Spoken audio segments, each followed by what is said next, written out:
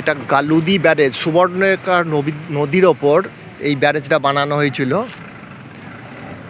আজ থেকে প্রায় 50-60 বছর আগে বানানো হয়েছিল। হিন্দুস্তান কনস্ট্রাকশন কোম্পানি এই ব্যারেজটা বানিয়েছিল।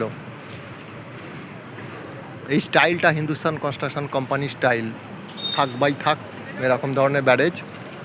দেখুন জল কোন নিচে, এখন প্রায় 70 ফুট নিচে জল। এটা 2026 সাল। 2025 সালে এত